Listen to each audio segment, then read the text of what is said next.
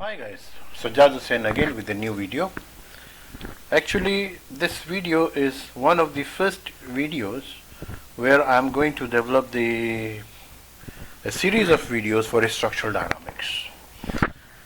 I am planning to discuss the concept of structural dynamics, its mathematical aspect, in a very simple way, so that every engineer who try to understand the structural dynamics and try to do some manual calculation, he will be able to do the manual calculation. As you know, in structural dynamics, we discuss always with a single degree of freedom system. Why do we do that? Every structure is a three-dimensional structure. Sorry. Every structure is a three-dimensional structure. But for the sake of simplicity and mathematical simplicity, what we do, we convert a three-dimensional structure into a two-dimensional structure, and from two-dimensional structure we convert that structure into a single-dimensional structure. Like from a building to a frame, and from frame to a simple beam. As you can see in the figure over here, the figure C shows a frame, but figure A and B, they are showing only beams. As you notice in this example, let us consider this example A. In this example, we have a simple beam, and there is a dynamic time-dependent force acting in the middle of the beam. This beam is supported on the two ends, and of course the deflection will be U in downward direction because the force is acting in downward direction. So what will happen? This beam will start moving in vertical direction. Whereas in case of B, we have a cantilever. It is supported on one side and free on the other end. Now on the other end, where it is free, there will be maximum displacement. Say that maximum displacement is U, which is because a time dependent force Pt is applied on it. And because of that, this cantilever will start vibrating, and this end it will go to maximum displacement. In figure C, we have a portal frame. If there is a time dependent force applied horizontally at one side, so its deflection will be in this direction as it is shown, and the portal frame will oscillate in vertical plane from left to right and so on. Now we can consider a very similar example, or we can simulate this motion in our example as shown in figure A below, where there is simple mass M attached to a spring of a spring constant K, and this spring is attached to a rigid wall. This mass M is resting on a frictionless pulley, and the pulley is resting on the floor. That means there is no friction here. So the friction is zero. So this is an ideal condition, and it shows that there is no friction between the mass and the surface, and if there is a force applied over here, at the force, which is a time dependent function, if this force is applied, so this body, this mass M, will start moving in to and fro motion with a displacement U in the direction of the force. When we release this force, even then this body will keep on moving because of the inertia, and that is because of a force developed in the spring, which is called elastic restoring force. Now in vertical direction, what's going on? Suppose this mass is suspended from a spring of a spring constant K. In this condition, its weight is acting downward, which is equals to mg, and if it is pulled with a force and the displacement is u, then it will oscillate in vertical direction. So we will study whether the weight will have any impact on it, or this weight function will not be in the equation of the motion.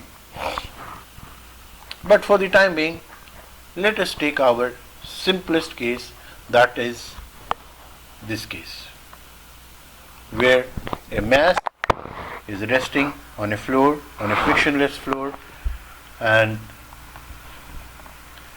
a dynamic force is applied. So let's assume that a body of mass m attached to a spring of a spring constant K is resting on a surface.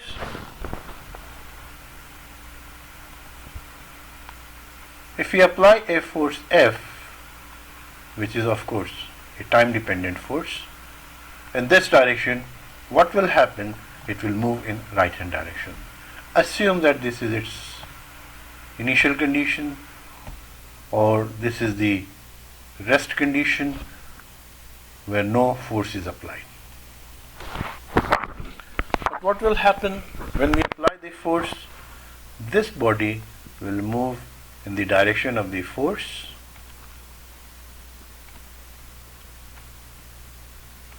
and the spring will elongate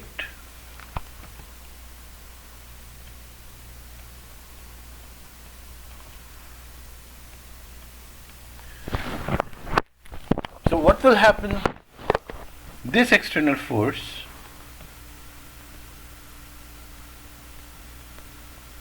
when it is applied according to Hooke's law, this force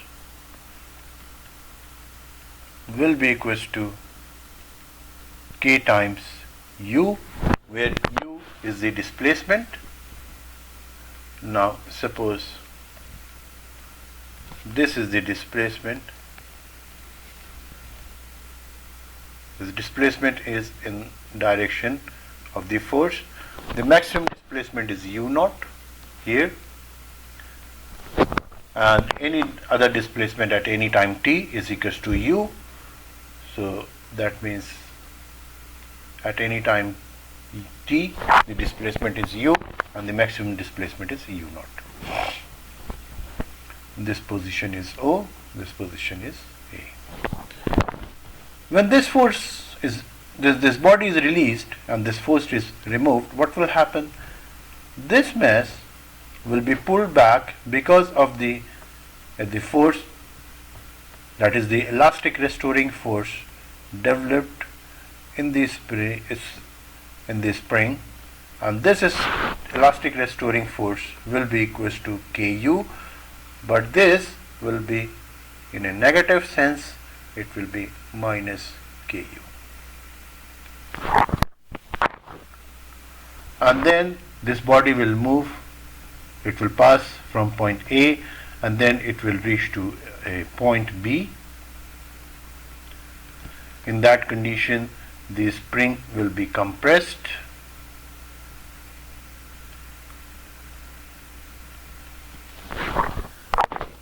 and because this compression will not stop here, so what will happen? It will pull the body back in this direction on the right hand side, and that means this body will start oscillation between point A and B. So this is the point B. So it will start from A, it will pass through O, it will go to B, from B to O, O to A, and so on. So it will keep on moving for an indefinite period of time because there is no friction, no losses, and this motion is a harmonic motion because it repeats itself after a fixed time period. So let us assume that this point is our initial condition. Let us assume that we consider this point as our initial condition, where we say that t is equals to 0, and at that time our displacement u is equals to u naught, and velocity, that means u dot,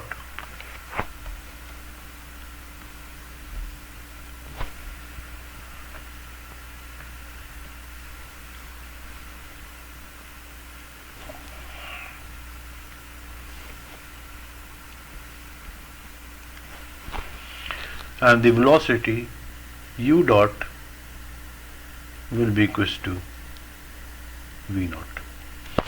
So this is our boundary condition that we know, that when time is equals to 0, that means the moment when the force is released, at that time the displacement is u naught and the velocity is v naught. So this is the boundary condition known to us.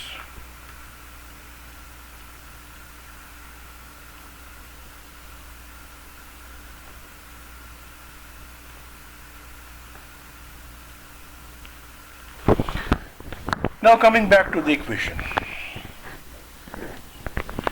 we know that this is the applied force,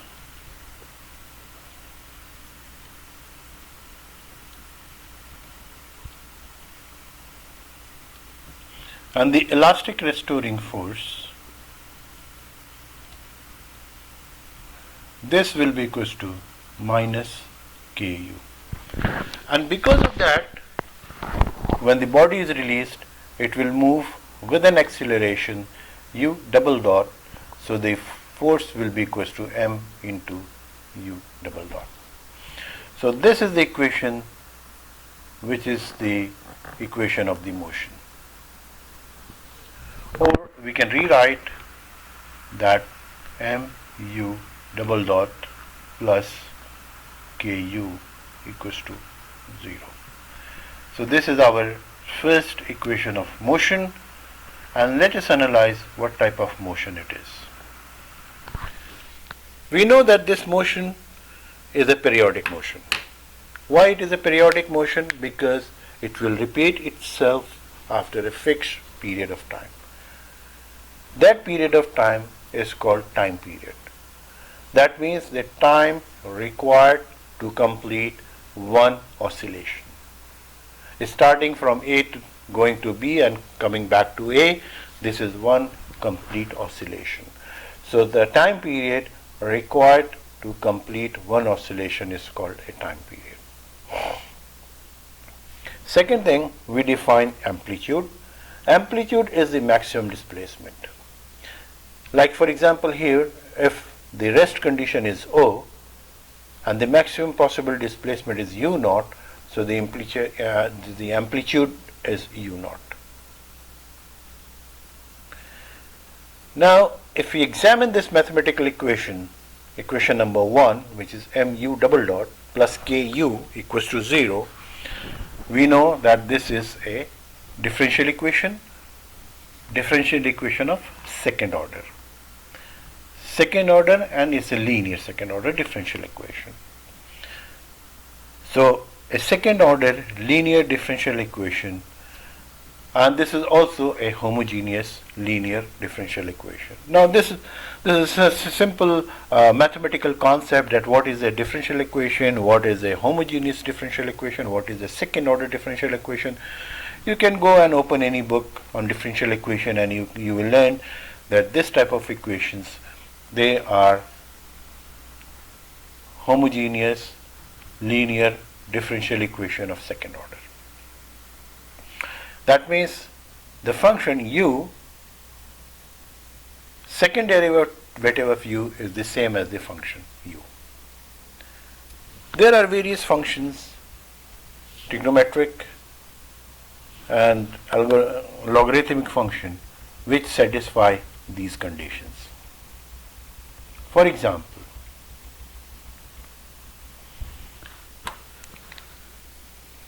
we know that suppose u is equals to A cos omega t. This is a function which will repeat itself because the derivative of cos is minus sine and derivative of sine is again cos. So that means the second derivative will be equals to cos.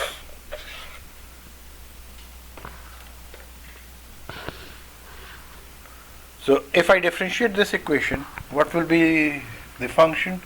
It's u dot will be equals to minus a omega cos omega t,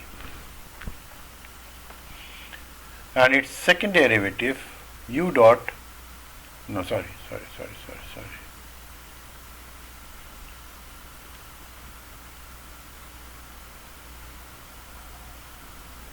it will be sine omega t, and the second derivative will be equals to minus a into omega square cos omega t. That means the function repeats itself after every second derivative. Similarly, we have another function u which is equals to b sine omega t. So its first derivative u dot will be equals to b omega cos omega t,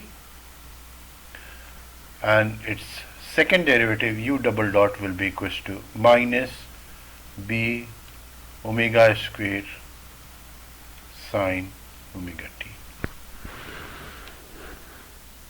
A third function is u is equals to c times e raised to power theta t. This will also repeat itself and it will be the same after second derivative. So we can use either first function, second function or third function. So let us examine if we use the first function. What will happen? Say if we consider u, which is the displacement function, as a cos omega t. So as we know that its second derivative is omega square is second derivative u double dot is minus a omega square cos omega t. So if we consider this function and apply these conditions in our equation number 1, which is mu double dot plus ku equals to 0. So what will happen? It will be minus m into a into omega square cos omega t plus k into a cos omega t, and this will be equals to 0. Now I can take some of the functions as common, like I can say a, and cos omega t is common, so it will be minus m omega square plus k, and this will be equal to multiplied by a cos omega t, that will be equals to 0. So either of the function will be 0. We take this function as 0, so it will be minus m omega square plus k will be equals to 0. That means m times omega square will be k.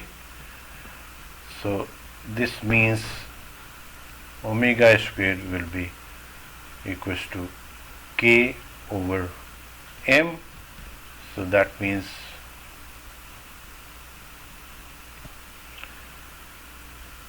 omega will be equals to under root k upon m.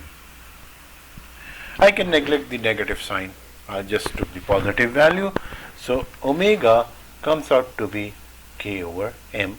So k, spring constant, is known to us. M, mass, which is again known to us. So that means we can calculate omega.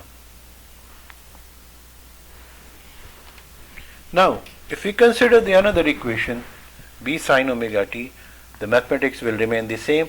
We will end to the same result. Or we will use the third, it will be the same. So I am not going to repeat this calculation again for other two functions. Now I am going to proceed. Now suppose instead of having u is equals to a cos omega and b sin omega separate, let us assume that is a complete solution, or let us consider a general solution. That means let us see the general solution of the differential equation, which is mu double dot plus k u equals to 0. And suppose when we solve this, we end up with a function u which is equals to a cos omega t plus b sin omega t. But at this stage we do not know what is a and b. These are two unknown functions. These are two unknown constants. So let us evaluate these two unknown constants from our basic knowledge of boundary condition. If you remember, the boundary condition as shown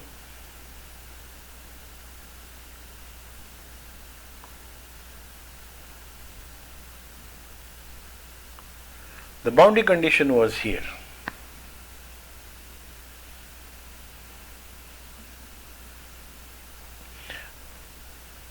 We assume that when t will be 0, u will be u naught, and the first derivative, the velocity, u dot will be equals to v naught.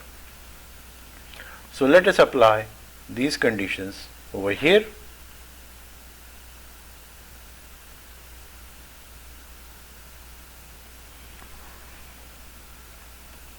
Let us differentiate this first. That means u dot, this will be equals to minus a omega cos will be sine omega t plus b omega sine will be cos omega t.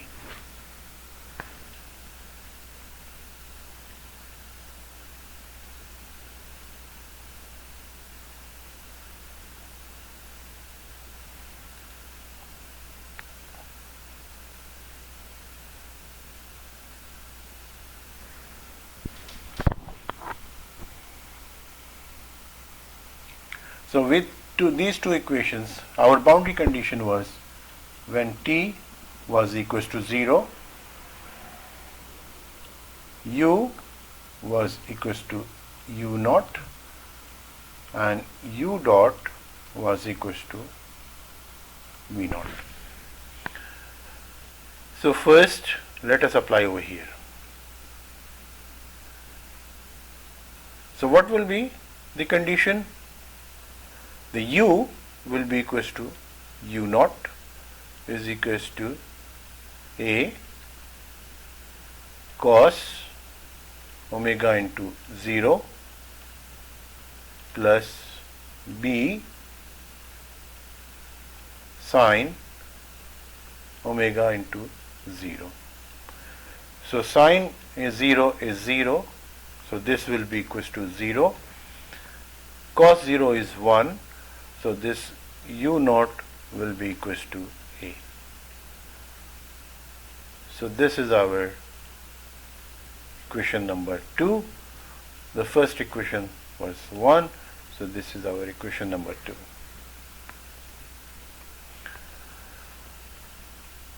When we consider this equation, what will happen? We know that at time t is equals to 0, this u dot was equals to v naught.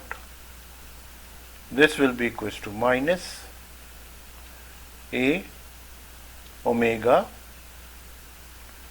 and then it will be sine omega into 0 plus b omega, and this will be equals to cos omega into 0. So sine 0 0, so this function will be equals to 0. So what we will be left with is v naught is equals to b omega. That means the unknown b, it will be equals to v naught over omega. So this will be our equation number 3. So if we substitute these equations in our final equation of u is equals to a cos omega t plus b sin omega t, so our final equation u will be equals to u naught cos omega t plus b is v naught over omega, and this will be equals to sine omega t. So that means we have solved our equation of motion, and we solve this equation to get the equation for displacement. That means u is equals to u dot cos omega t plus v dot upon omega sin omega t. So let's see, this is our equation number 4.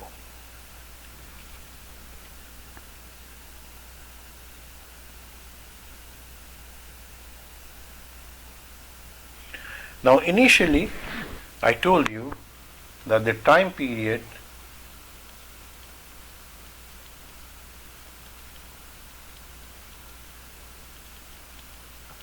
let the time period be t. That means this time period is the time required to complete one vibration or one oscillation. From our equation of circular motions, we know that this time period is nothing but 2 pi omega, and omega, as we calculated before, it was under root k upon m, so this time period will be equals to 2 pi under root k upon m.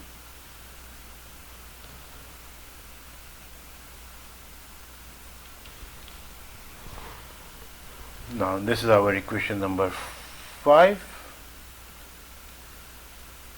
This time period is equal to 2 pi under root k upon m. So far we have derived the equation for the displacement and for the time period.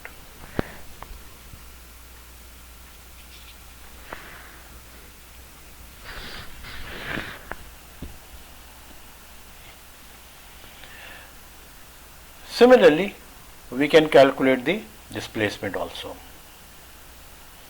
Now, this displacement is a bit tricky. We will use the same equation, equation number 4.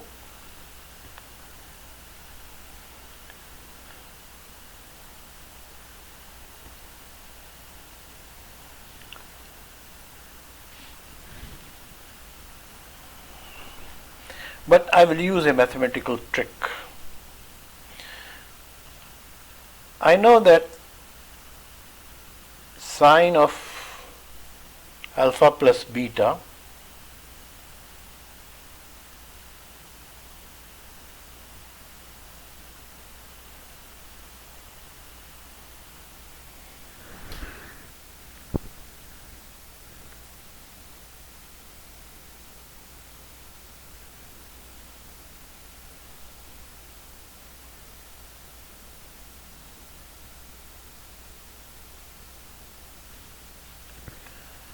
From our basic trigonometry, we know one equation, that is sine of alpha plus beta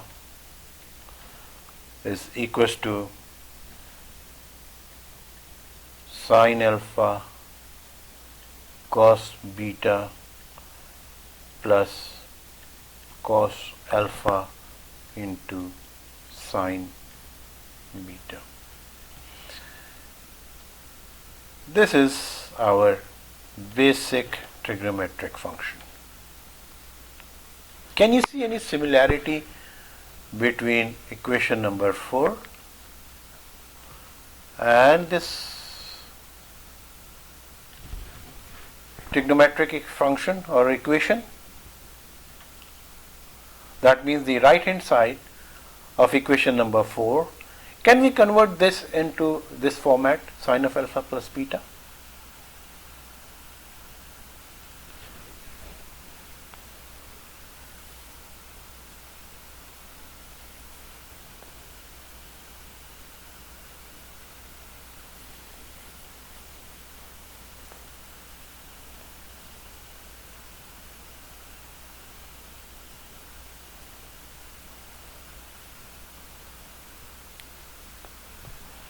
Okay, let me draw a triangle and that will make you clear what is the meaning of this.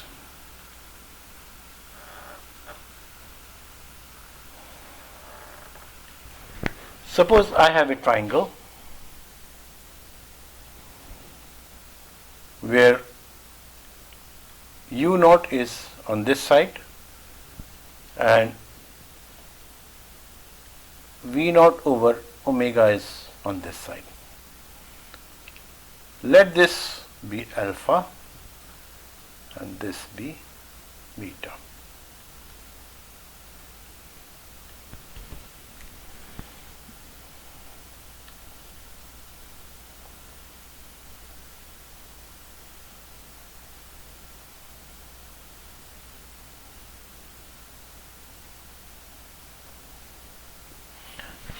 So from this triangle, what we can derive?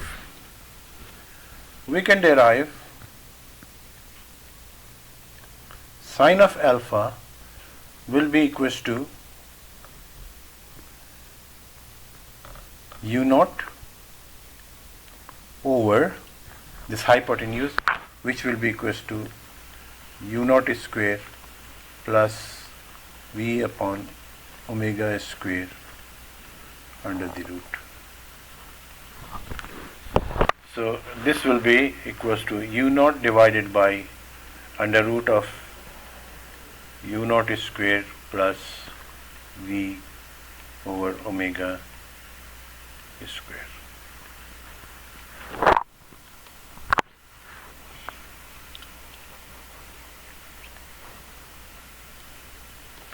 Similarly,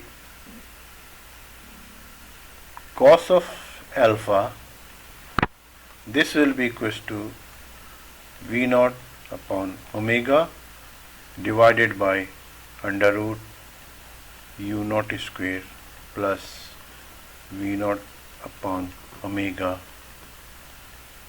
whole square under the root. So if I apply this concept and try to transform equation number 4 into this shape, so what I will write? I will write that this function u is equals to, let me multiply and divide by the denominator over here. So this is equals to u naught square plus v naught square upon omega square or whole square, that's the same thing,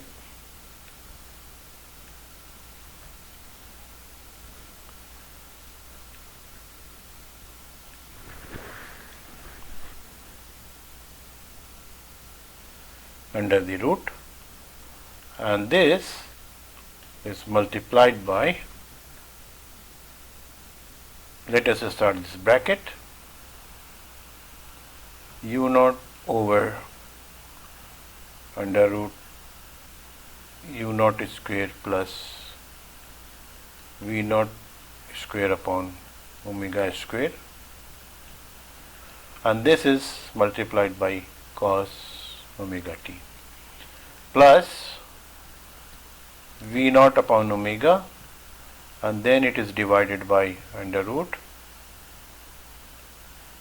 u naught square plus V naught upon omega square, and then this is multiplied by sine omega t. So what is my result? Suppose this is nothing but equals to c. Instead of writing all, let us assume that this hypotenuse is c. So that means this u is equals to c times sine of alpha into cos of omega t plus cos of alpha into sine of omega t. So that means this u will be equals to c times sine of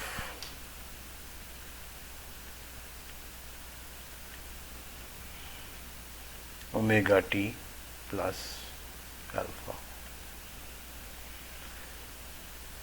So I have reduced this function in a very simple function also, a simple trigonometric function.